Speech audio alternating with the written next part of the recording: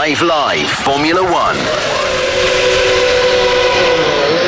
Imperious sums up Max Verstappen's performance in China. A sprint win, a Grand Prix win, sees him lead the championship by 25 points. Harry, Benjamin, it was impressive, wasn't it? That's the only word that you can really throw at him. Yeah, we didn't really see too much of him apart from when the field bunched up under safety car, really. Got a good start and led from there. It gapped the field by the time he had his first pit stop.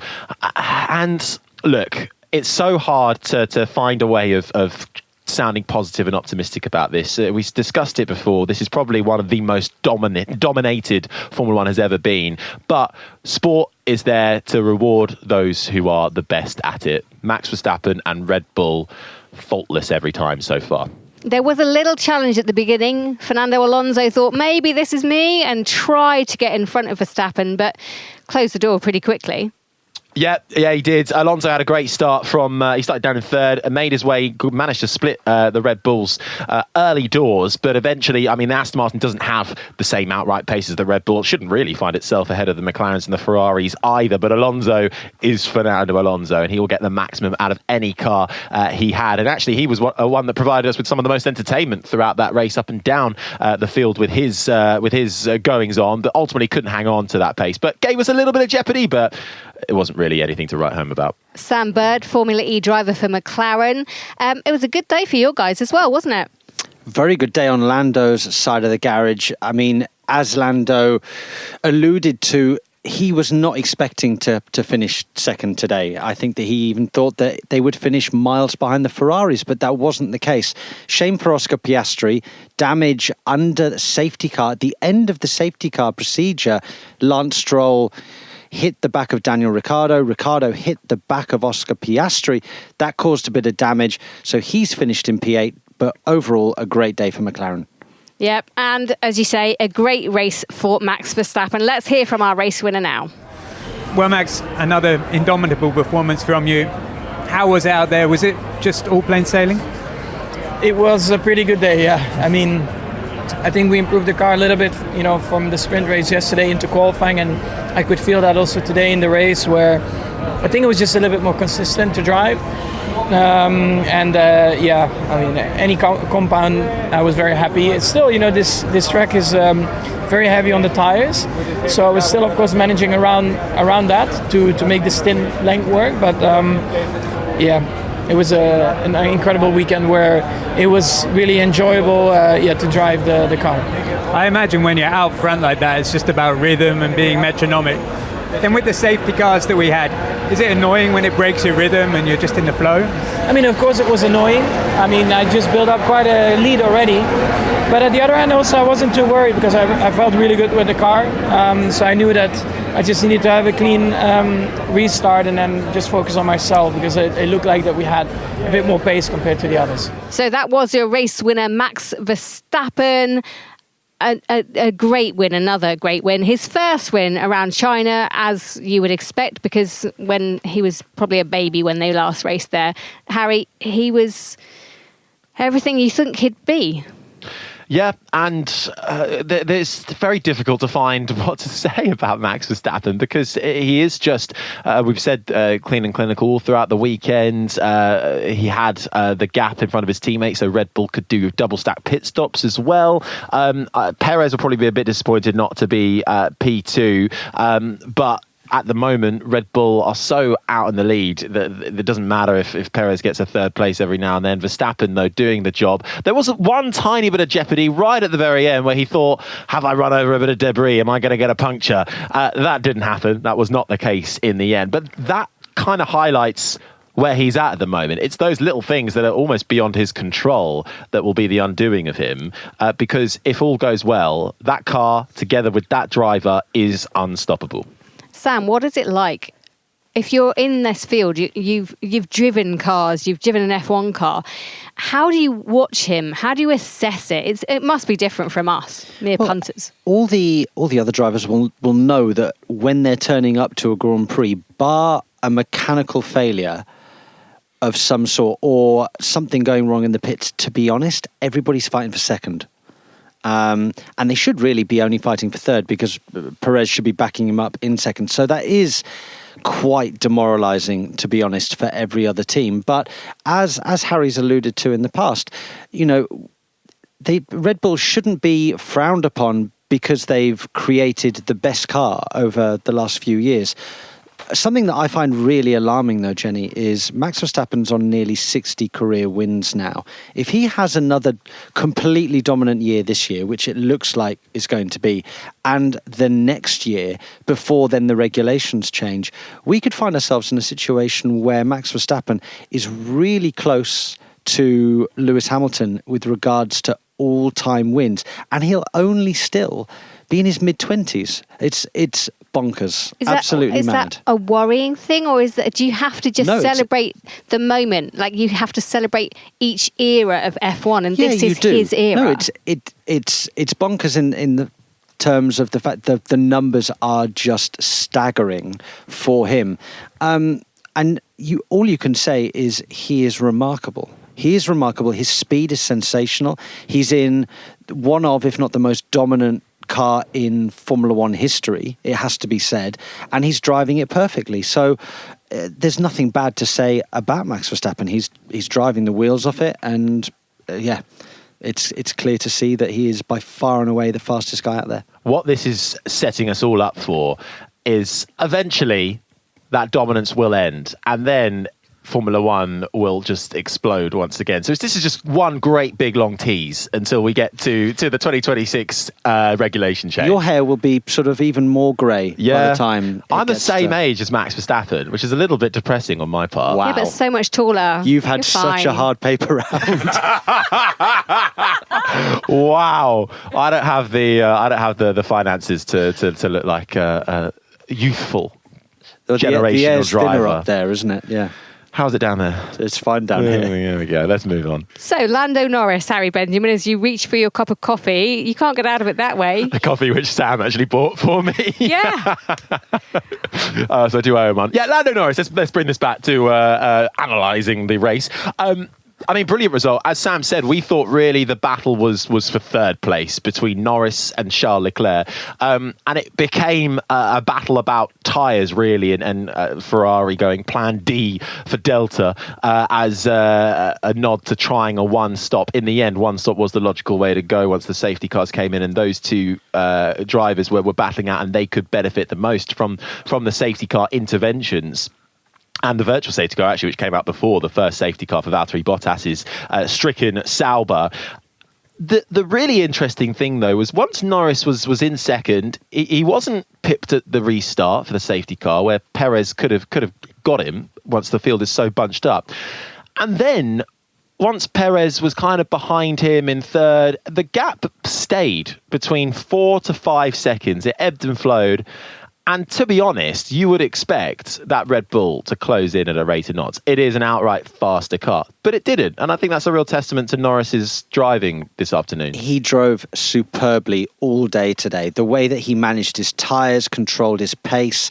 I thought his decision-making was spot on. The way that he was so calm, and the pits were so calm. When he was out front leading, they didn't crumble under pressure. They let him stay out front. Right, stay there. We're running our own pace. Don't worry about Verstappen. We're doing our thing. We're racing Charles Leclerc and Checo Perez. And they did such a good job. When the virtual safety car was called, it then plonked him into second place. But then his pace was superb against Perez. Really, really strong performance by McLaren and by Lando Norris. Let's hear from him right now. Well, Lando, going into the race, I quote, you said you had no chance of a podium. Yeah, here we are, another Lando Norris correct. Podium in the books. But I was also wrong. How do you feel after that one? I mean, great, obviously, very surprised, pleasantly surprised. I think our pace took it was a big improvement comparing to yesterday.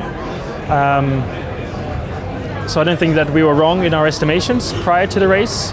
Every bit of evidence that we had in terms of the race yesterday pointed no reason for us to believe that we would have good pace today. But a lot cooler track conditions, better wind conditions, and a better position for me. You know, I didn't drop back to 7th or 8th this time. I had a good turn 1, turn 2. I could get ahead of the Aston. I could control the race myself, and that seemed to make a very big difference today. So the pace was strong, but like I said, a little bit surprising. But of course, to finish on the podium is always a great day. Outperformed your expectations today. Updates coming on the car for the next race in Miami. Does that give you a lot of optimism that there's this momentum building within the team like there was last year? It's not building, it's been there for a long time. So no, nothing needs to build, nothing needs to be like that. I've had confidence in the team for a long time. I've had faith that we can improve for a long time, and we have been improving for a long time. So we've had a good start to the year. We've continued to show that, and we've got good things coming. So the optimism remains there. So obviously Lando Norris finishing in second place, which was really impressive. I was quite impressed with the speed of reaction that McLaren were able to get him into the pit lane under that safety car. They reacted so quickly. They got him back out. And I think that strategy, they were always going to gamble, but that strategy played into their hands. Well, I was worried actually, Jenny, because Leclerc pitted just as the virtual safety car was called. Lando Norris was already past the pit entry. So if they'd got rid of that virtual safety car within a lap, Lando Norris's race would have, he would have been fighting for a singular point today, let alone 18 points for second place, because that would have completely destroyed his race.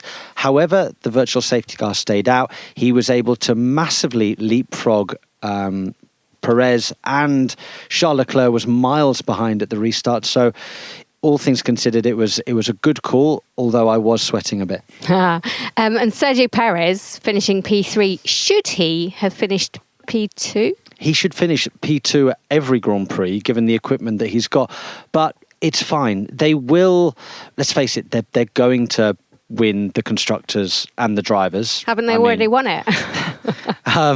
So it's not necessarily an issue. And at the moment, nobody else in that Red Bull fold is really doing enough to challenge Perez and go. Liam Lawson is sat there on the sides. Would you stick him in the Red Bull straight away, or would you put him in the RB? Why not? Why not stick him in? But at the same time, Perez is doing exactly what he needs to keep his seat. Liam Lawson isn't, or anybody that slots into that Red Bull is going to be playing second fiddle to Max Verstappen.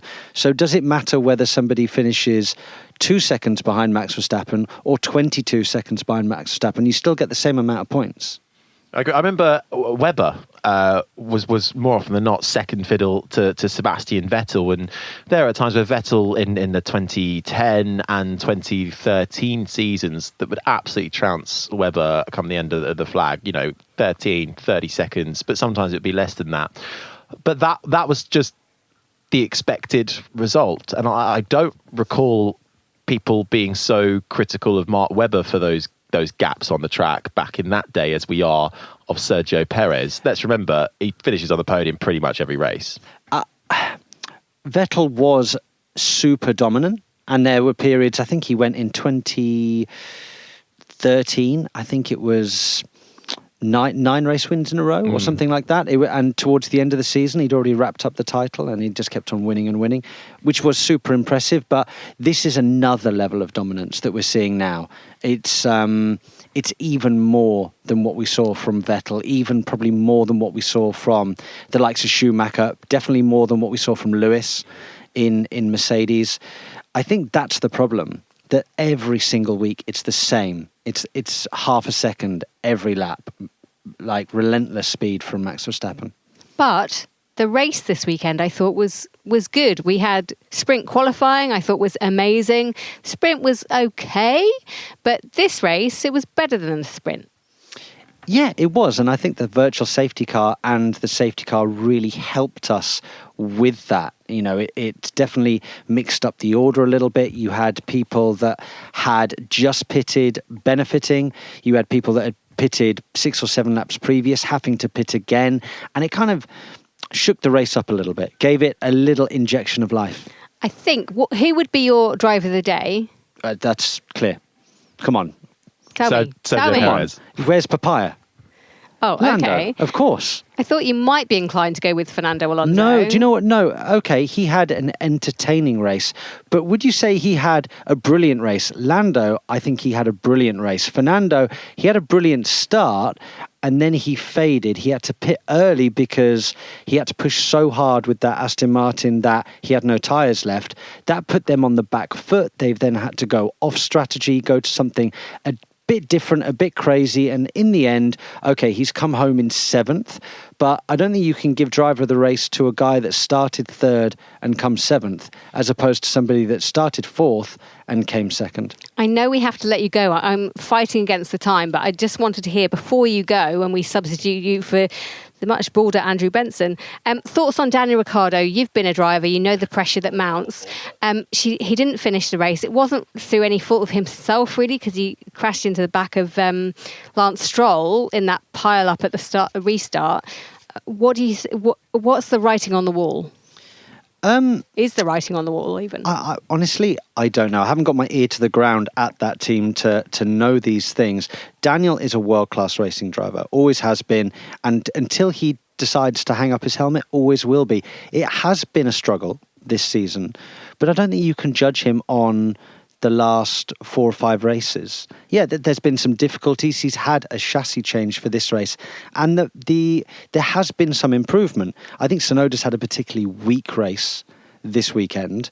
I wouldn't say Daniel has been superb this weekend, but I think he needs to be given the full season for sure, and then they can make up their minds. But yeah, it's been a tough start to 2024 for Daniel, and I hope that him and his team can improve and score some valuable points.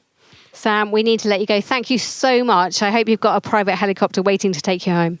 Thank you very much. I've enjoyed it. I'll say it on air. I owe you a coffee. You owe me a coffee, and you owe me an apology, because I bet that Lewis Hamilton was going to come 9th way before you. So you're a copycat.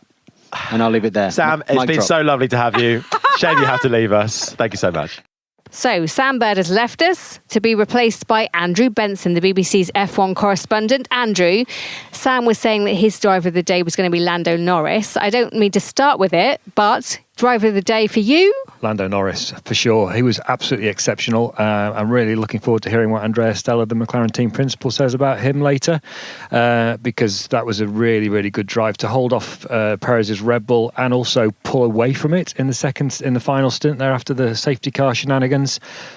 Really outstanding. One of the best drives I've seen for a while.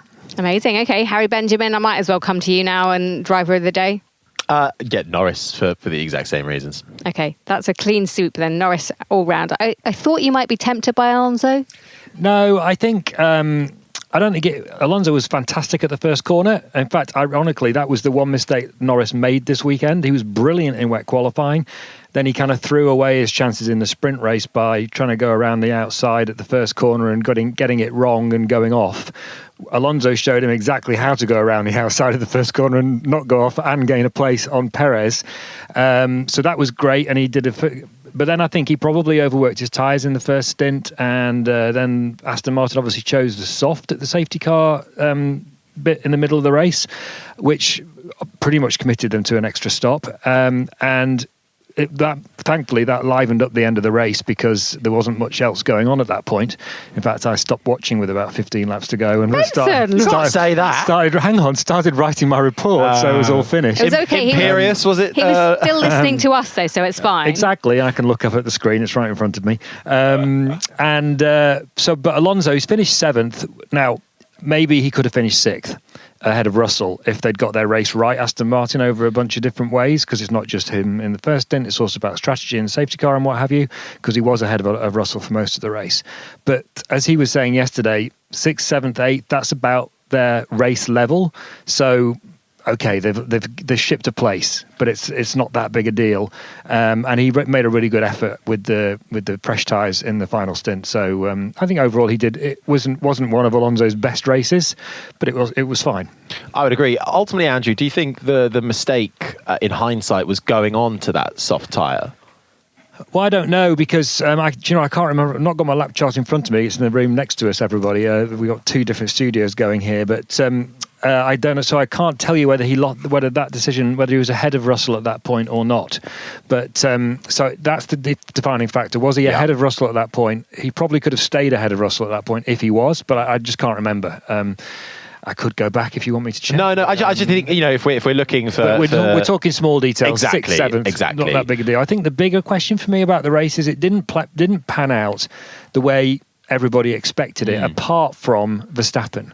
So going into the race, George Russell's there going, we're going to have better race pace than some of the cars around us, so we should be able to move forward. He has done. He's gone from 8th to 6th. Norris was expecting to fall back behind the Ferraris. Ferrari were expecting to gain places and be on the podium.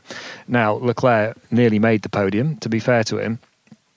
He did a very good race as well. He's becoming a bit of a tyre whisperer, Charles Leclerc, in both China and Japan. But Ferrari didn't have the normal race pace advantage over McLaren that they've tended to have over the previous 4 races. And I don't know what the exact explanation for that is, but I suspect it's to do with balance. This race was all about surface tyre temperature, which is why Verstappen looked even more imperious than normal, because that car, as he put it himself after the race, that's on rails, so it looks after the tyres nicely, so he can just keep that pace going for longer. So in theory, and this is just speculation at the moment, but if you've got a better balance, then your tyres last longer and you can go faster as a result. And so it looks like McLaren got their car into a better window than Ferrari did for the race. Plus Ferrari lost out at the start. Again, Leclerc and Sainz were battling with each other around the first corner, and that's what allowed Hülkenberg and Russell to get ahead of them. Maybe their race might have been a little bit better if they hadn't had to clear those 2 cars, particularly Leclerc, in the opening laps, because that would have used up the tyres. Yeah, let's talk about where Leclerc and Sainz actually ended up. It was P4 and P5. And as you say, Norris and the McLaren team were downplaying their chances this weekend, but they had the best of it.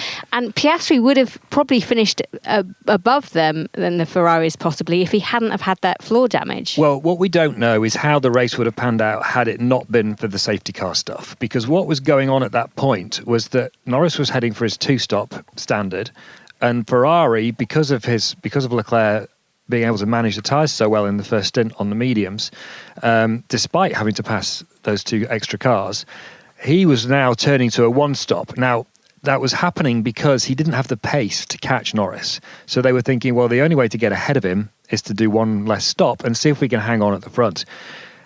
It would have been really interesting to see that play out, but it didn't, because of the safety car, the virtual safety car, followed by the safety car, followed by the other safety car.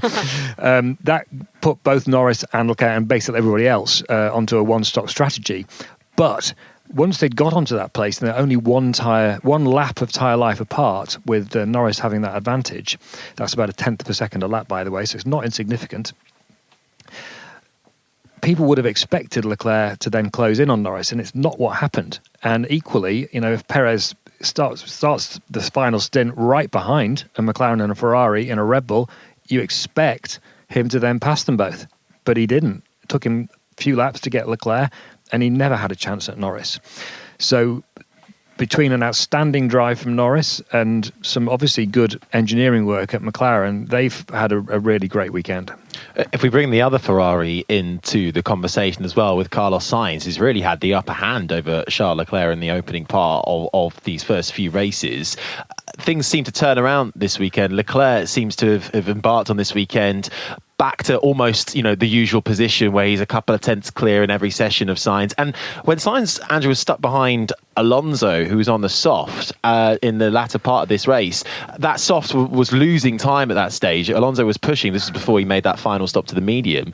Sainz wasn't making inroads on Alonso. No, but that's to do with tyres as well. So just to back up a little bit before I get to the race point, I think let's not overplay the Leclerc-Sainz. Leclerc was definitely better this weekend, and he came into the weekend thinking he was expecting to be. But Sainz, given that he crashed in Q2, yes, he then qualified just a few hundredths behind Leclerc. So that's a really strong performance, and it's where you'd kind of expect him to be. Very, very close to Leclerc, but not quite as quick. And then generally what's happened in races over the last couple of years is Leclerc's advantage extends during the race, which he kind of did in this one too, a little bit. What's happened to Sainz was that he was a little bit unfortunate with his pit stop timing. So he'd already stopped for tyres before the virtual safety car.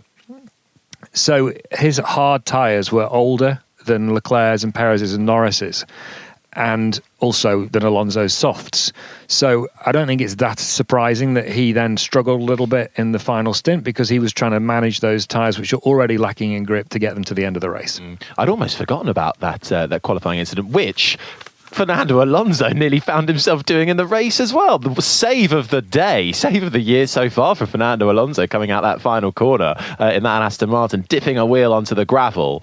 That all hearts in mouth moment for that occasion. See, Alonso to me was just in it for the ride. He was out there enjoying himself. He finished in P7, but he gave everyone a bit of joy. And that moment where he almost lost it, we've seen so many other people dip a wheel into that gravel and lose it, going back through the times that the China Grand Prix has happened in Shanghai. It was amazing that he managed to keep hold of that. Well, they tell me he's pretty handy, Jenny. So Who is this new kid on the block? He seems to be doing quite well. Here's my tip for the future. He's here for it. Yeah, exactly. Let's hear from him. This is Fernando Alonso. Well, Fernando, you predicted ahead of the race that you'd end up P7, but what a route to get there, P2 by the end of the first lap. I thought you were going to crash in the last corner at one point. What a crazy race. How did you see it? Yeah, definitely crazy race. A lot of things happened for us in the race. As you said, great start, P2, the first couple of laps. Then few safety cars that probably didn't help our strategy and make the others save the tires a little bit and last until the end. We had to make another stop, yes or yes. So, that was not ideal, but at the end nearly crashed, but then fastest lap and P7. So all in all, I think a good weekend. I was a bit shocked when you put the soft tyres on. You happy with that strategy in the way that allowed you to fight back through the field? Yeah, we only have one hard tires, and in the middle of the hardest thing, the safety car came. So let's say our good race tire was gone in a way after that safety car. So we didn't have any more options. Let's see, maybe next time we don't race the sprint, we save tires and we have more race for Sunday. Like this, we don't have even a strange penalty. So that is Fernando Alonso finishing P7. He couldn't quite catch up with George Russell. We thought, we were sitting here watching the time saying, is he going to, is he not? But Harry, it wasn't to be, was it? And Russell and Mercedes, a kind of mixed weekend, some really positives and some slightly bizarre oddities that meant they didn't succeed as much as they could? I don't know. I think Russell was kind of there or thereabouts where they would have been come the end of that race for Mercedes. 6th place in the end.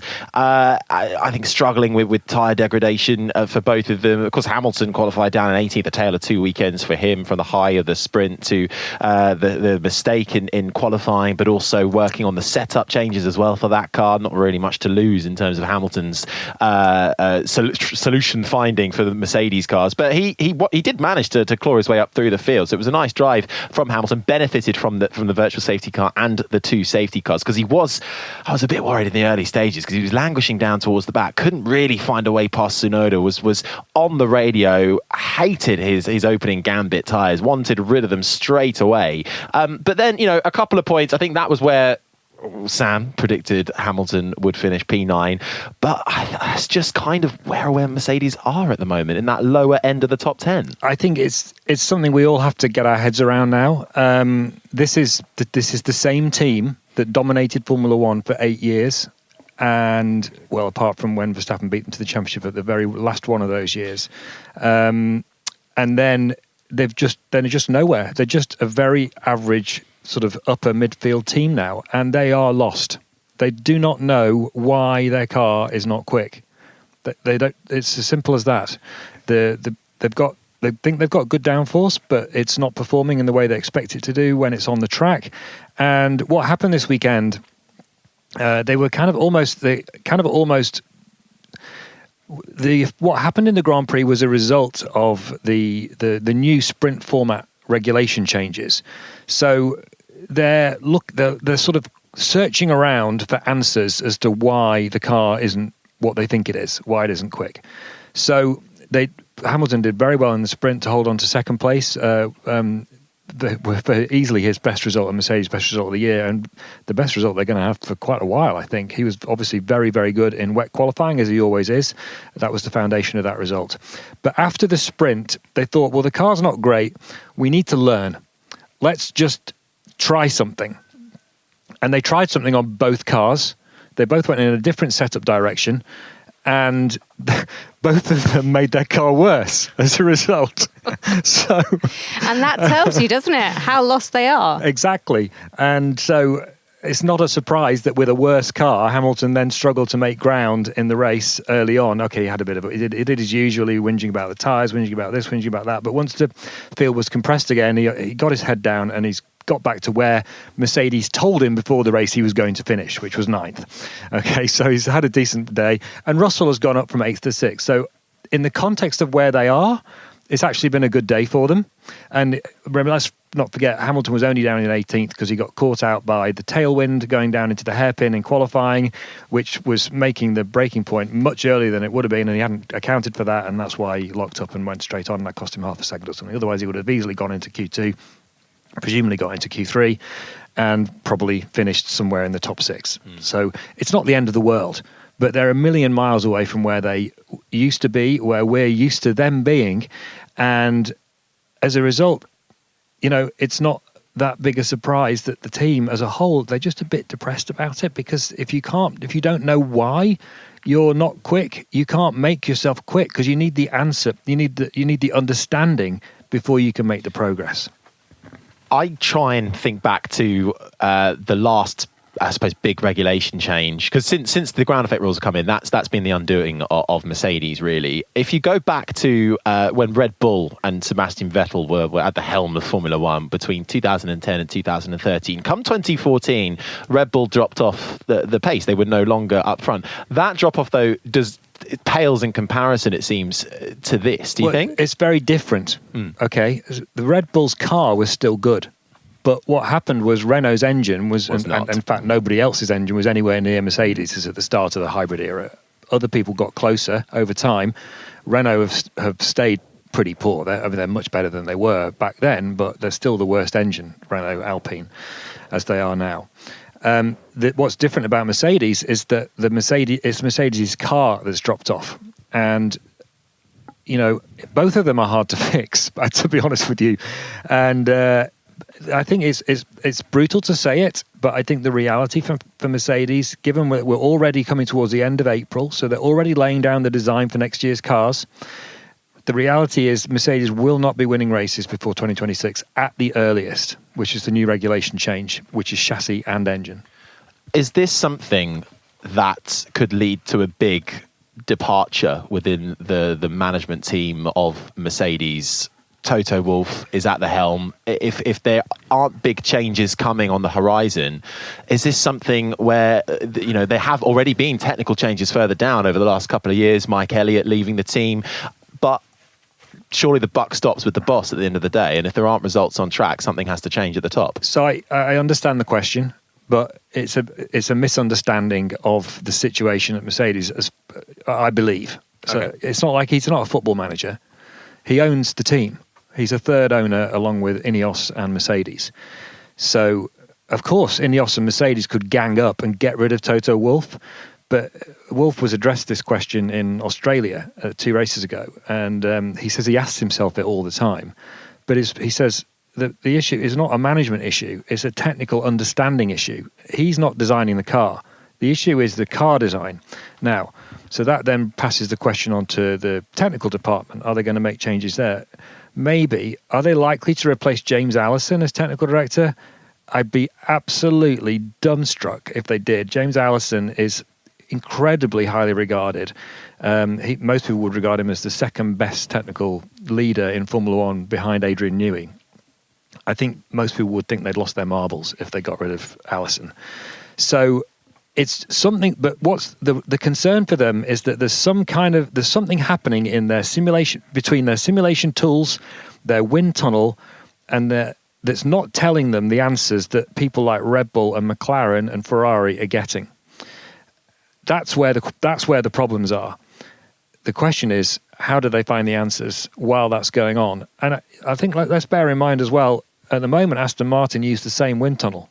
Now, they're not using the same simulation software and everything, but they are using the same wind tunnel.